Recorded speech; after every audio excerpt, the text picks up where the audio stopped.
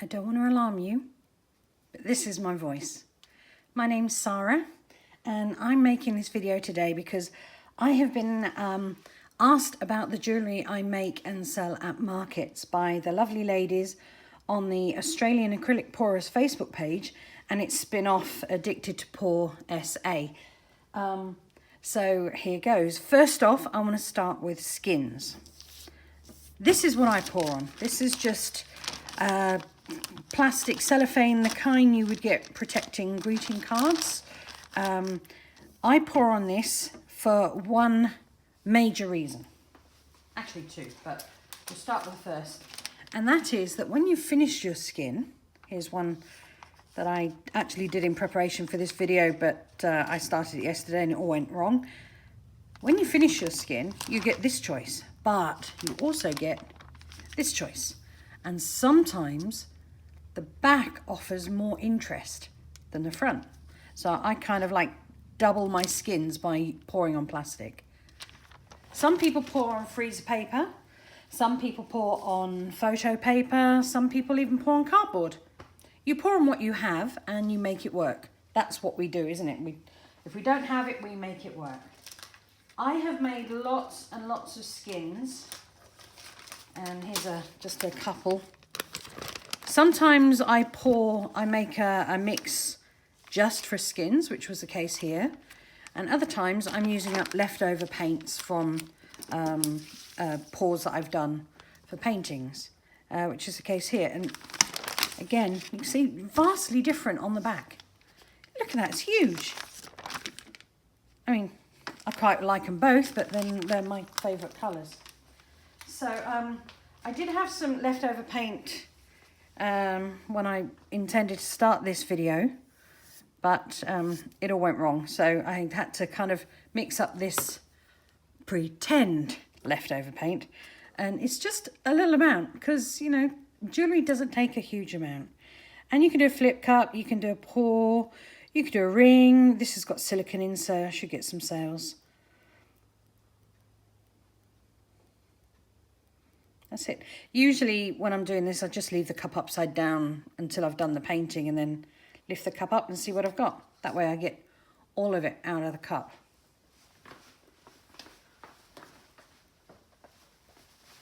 Just put that somewhere so I'm not going to knock it over. Just going to just stretch this out a bit because I don't want it too thick.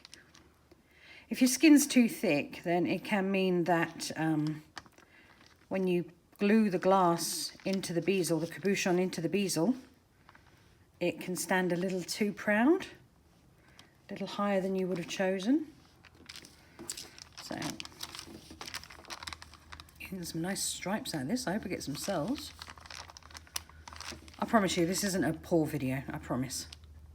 It might be a P-O-O-R video, but not a P-O-U-R. Alright. I'm going to set that to side, let it dry.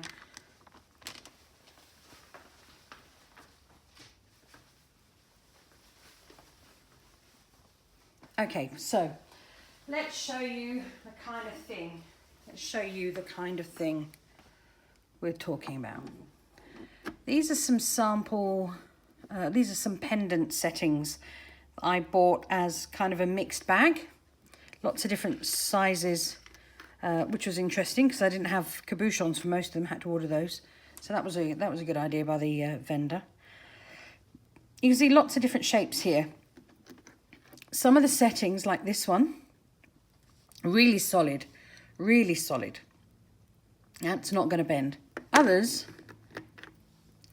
like this, are solid once they've been glued, but before the cabochon went in, it was really quite flimsy. It's just punched out of aluminium. So, you know, you get what you pay for. You get what you pay for. But this is just a sample of the choices that are, and there's many, many more. There's teardrops, there's hearts, there's flower shapes, squares, triangles. There's rectangular ones like this one. This is a set that I've got already for my next market. You can see there's some glitter. I've just sprinkled some glitter on the skin when it was wet, just to add extra interest to the jewellery itself. And then you get other things like this one. This is a spinner. It has a double-sided pendant, giving the wearer a little bit more choice. Now, when I first started doing this, I bought kits from a vendor on Etsy. When I ordered my kits from Marion at Cabochon and Settings on Etsy, I made sure to order the correct kits. She offers two kinds. Kinds that come with the cabochons or glass, the bezels or trays or bezels, however you want to say it, and chains, so you can go right ahead and make your necklace. She offers more inclusive kits that come with a glaze glue to stick the cabochon to the skin and some fantastic E6000 to glue the skin glass combination into the bezel. This is the kit I first ordered because everything was there. I didn't have to mess about trying to use super glue. People I've read on Facebook are trying super glue, and I can see some cons with that. Mainly, it's so fast acting, you've got no chance to change your mind. And if you get some on yourself, you've got to immediately deal with it. You can't just carry on. You've got to go and wash that stuff off. These two glues give you a chance to change your mind. So, let's get started. I always put a mat down because I'm messy and I don't want to get glue on my table. And I'm going to go with this. Really like this skin. But what I think I might do, I might go here. I really like the wispiness of this. It's kind of ethereal. That's for you, Sue. Okay, so I'm going to turn it over, keep it on here. And what I'm going to make, I'm going to use this tray. I'm going to make a set of earrings using these 12mm trays. And the measurement is always the internal.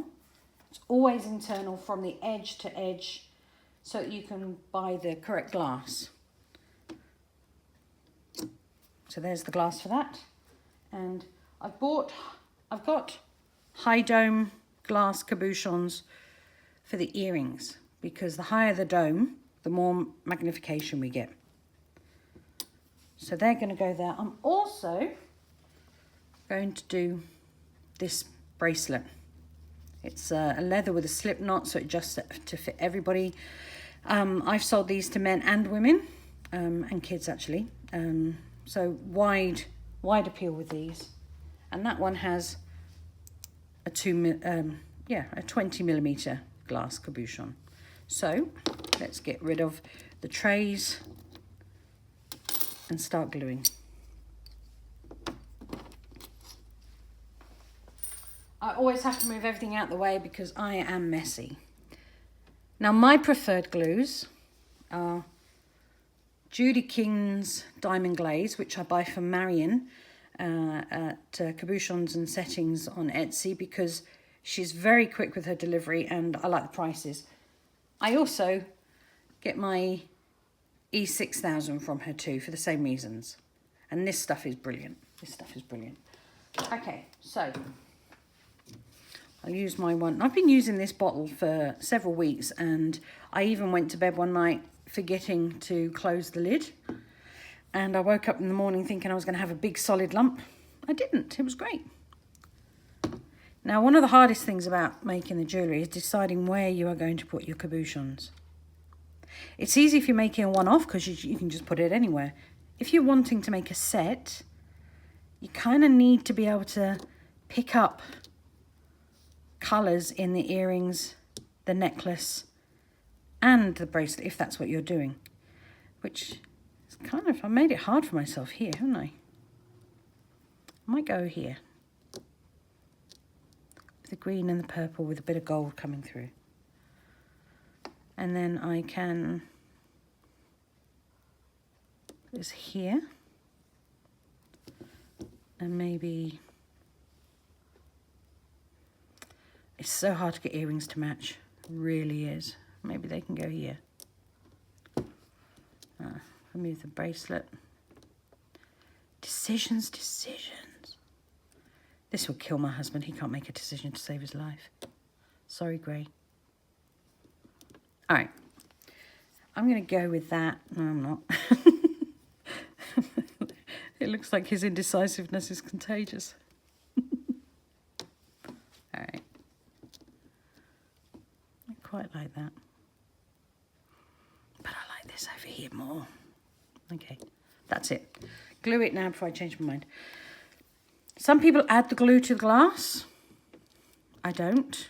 I've been doing this. I've made hundreds of pieces, so I've kind of developed a way to do it that suits me. I haven't done that much experimentation, but that's because what I've done has worked for me. If you're going to start doing this, you may well want to do some experimentation, because you've got to find what works for you. Now, I don't know whether you can see that, but there's some air bubbles in there from the glue. And until I press down on this cabochon, I can move it around a little bit. Once I press down, it's basically fixed in place. And those bubbles will race to the edge. So I'm going to press down now. Watch the bubbles. Okay, so they're gone. Don't worry about the excess glue around the outside. It really isn't necessary to wipe it off. I leave it there, and when I trim this out with scissors, I can trim off the glue as well.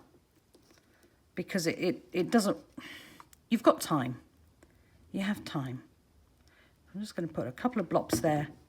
Blops, listen to me.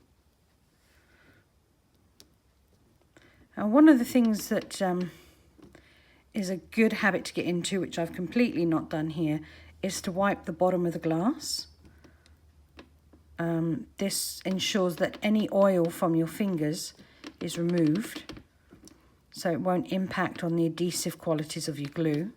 Never found it to be a problem, but I know that some glues will not stick on the oil, and then you can kind of see your fingerprint. Not been a problem for me. So there.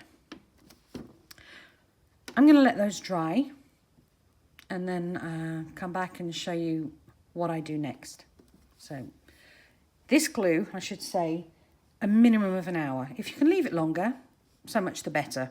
I'm probably going to leave this a couple of hours and then come back and cut it out. So don't go anywhere. Okay, so that's been a good couple of hours now. And this is good and dry. So now I'm going to cut it out. I recommend getting yourself a small bladed but sharp pair of scissors. Far easier than a knife as far as I'm concerned. However, one of these does come in handy to get the to do a rough cut around, and then you can trim it with the scissors in order to get a nice close fitting trim. Does that make sense? Hope so, because I can't recut that out. Okay. There we are. There's our cabochons. Nice and dry. And here are our findings, just to remind you what we're working towards. And what are earrings without something to put through the ears? Okay, so let's get busy. Remember what I said about the excess glue around the cabochon? You can see that there nice and clearly. That's nice and hard now, but as I go around with the scissors, I'm going to be able to cut straight through that with ease. Get nice and close and tight with the glass. And I'm basically just trimming all that excess glue off as well. So you don't have to mess about with cotton buds dipped in alcohol or acetone to get rid of the glue. I think you risk doing more damage than good with that. There you go. One cabochon. Some people will go around with a nail file just to trim off any excess. I haven't found that necessary, but you'll find your way.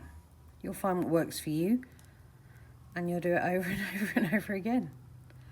And before you know it, you're making a video to show other people what you do. Well, that is if anybody watches this. Okay, so this is the cabochon for the bracelet. I have to tell you, I have dropped these glass cabochons on my tiled floor so many times. Not these particular ones, but ones previously. And I've only ever had one break, which isn't a bad record, because I've dealt with cabochons that are 3 millimeters. No, I'm lying to you. They're 3 centimeters across, which is just over 1 inch for everybody in Imperial Land. I had one break, which isn't a bad record. That said, whenever somebody buys a piece of my jewellery and they've made it clear to me it's intended for a child, I do remind them that it's glass. I tell them that I've not, I've just had that one break when it was dropped onto a tile, but just to bear it in mind if they're giving it to a child. These things aren't exactly fragile, but they're not made of steel either. Okay, that's the cabochons out. Let's get gluing. Back to this stuff. Looks even better that way up. This is, as it says there, clear, it's flexible, and it is hard wearing, and it usually comes out with a splurge. It won't do that this time, just to make me a liar. Oh, there you go. And I've kind of learned the amount to use for each piece, as you will. And it's a good idea if you can to avoid getting it splurging up around the edge of the stone when you push it in. But again, if that happens, it's not the end of the world, because you can wipe that off straight away with a piece of kitchen towel, or let it dry and wipe it off with alcohol or acetone. You do have a little bit of time once you drop this in to move the stone around. You won't get that with super glue. And then when you're happy, press it down firmly. And again, you can still see, look, I've got still quite a fair bit of movement there. Sorry, I'm off the frame. Fair bit of movement there within the bezel, so I always try and center it. Happy with that. And I've got no excess glue to wash off. So that's good. Okay, next. I'm going to go down in size order. Go to the bracelet next. This glue's only coming out so quickly because it's a new tube. So there's a lot of force behind it. Get out of the way.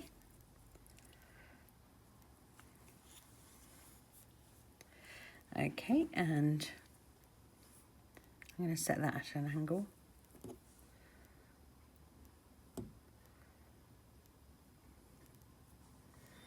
There you go.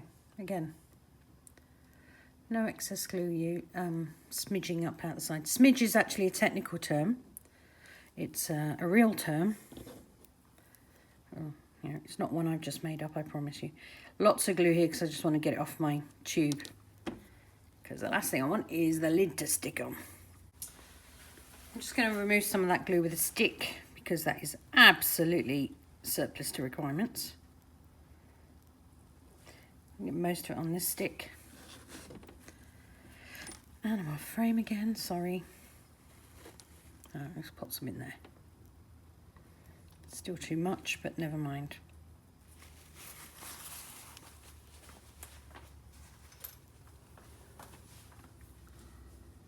Okay. So now with these earrings, there's a very obvious tan stripe that I hope you can see there. So I'm going to use that as a vertical. That will stay. I'm going to put those in like so, pressing that down firmly. And picking it up with the excess glue on the side, sorry.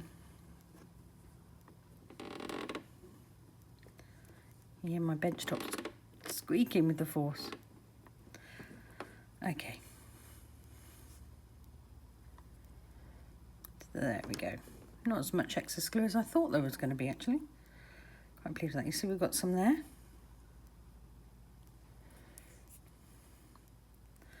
You can wipe that off with your finger, with your nail, and then when you come back when it's good and dry, and just go over it again with your nail or some of that alcohol or acetone. And there we go. Now this glue, generally speaking, I will do this before going to bed at night, and then leave them so that they are they're fully dry in the morning. And I don't have any issues with that whatsoever. And I've never had a piece of glass fall out of the setting. Never lost the skin that way. So hopefully you won't either.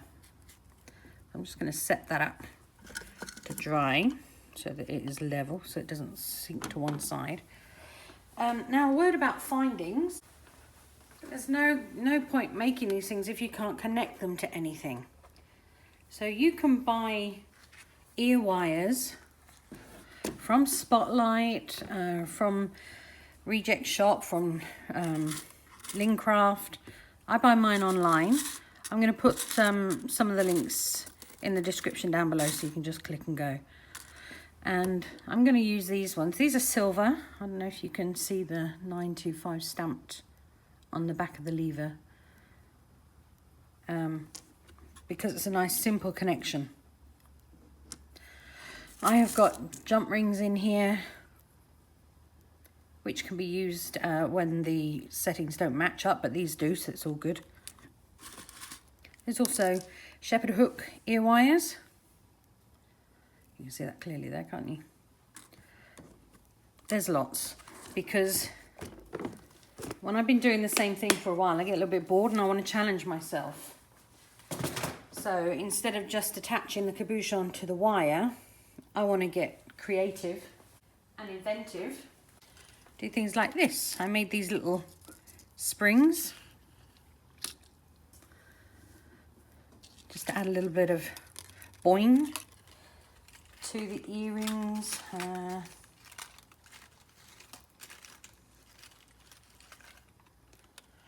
little bit of chain. So it's just a simple thing, but it can change the overall look.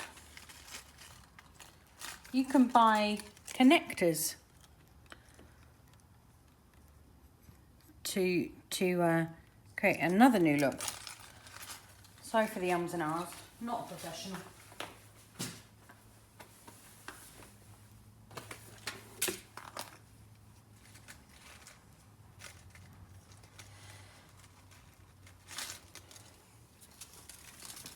You can buy some silver wire and start creating things literally from scratch, or at least from wire.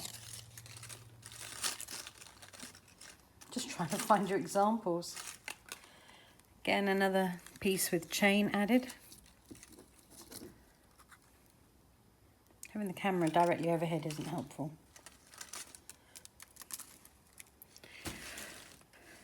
These little slinky ear chains.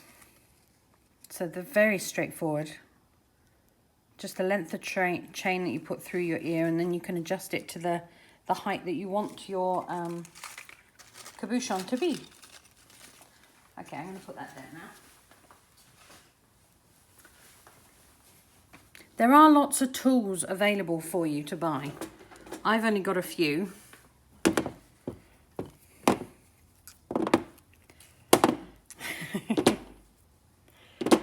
These are just a few. The ones, oh gosh, sorry, out of frame again. The ones that I can't live without are these Needlenose Pliers, nice and smooth on the inside, and round nose pliers. I use these to create head pins and to bend wires into nice loops. These are handy offset pliers to cut when I'm using wires and things. And These are just nylon, it's got kind of like a nylon buffer for straightening wire. These are actually quite handy, just to get a bit of an angle in there. But they're just needle-nose pliers, really. All right, so let's attach these pins to the cabochons. Now, the nice thing about these pins is that this link is split, making it very easy to use. I don't have to add any extra head pins. I can just open and close. And by the way, whenever you're opening a ring, you never open it like that, because you're going to lose the shape of the ring. Always pull one forward, one back. That strengthens it, and when you pull it back, it kind of clicks and you don't lose the shape of your head pin. So that's what I did there to create that. And I'll show you again. It's helpful to identify which is the front of the ear wire as well. I can't tell you how many times I've made earrings only to discover that I've assembled them so the stone would be facing the neck instead of facing outwards. I mean, it's no big deal, you just open it up and do it again, but it's very frustrating. Okay, there we are. So we have earrings, we have pendant, we have bracelet, and for that pendant, I think a good sturdy chain is in order. So I'm going to use one I've just got to hand here. This is a 70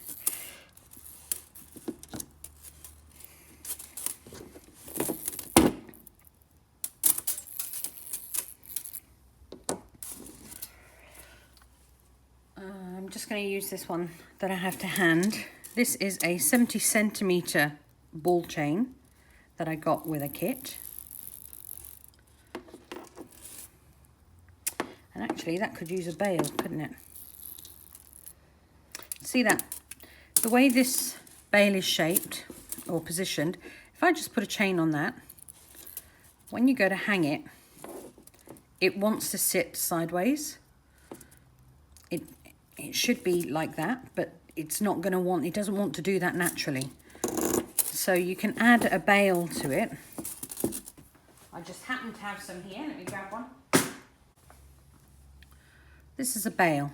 I don't know if you can see that.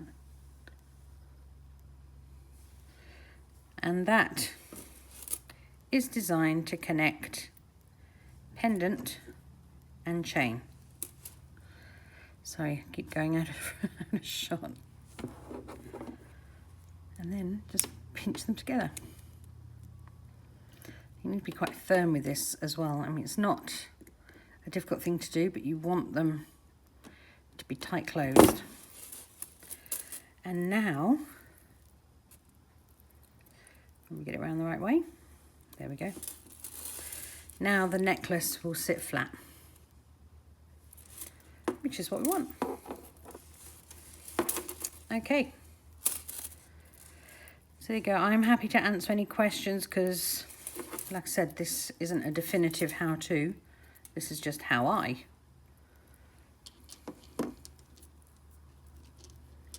There you go. Well, I hope that's helpful. And I hope you give it a go because it's a great way to use up leftover paint and to use up any skins that you've been saving just in case. And they make pretty nice gifts for friends. And if you're selling your paintings somewhere, it's a nice addition to your range. So I hope you try this and have some fun doing it. So thank you very much for watching and bye-bye.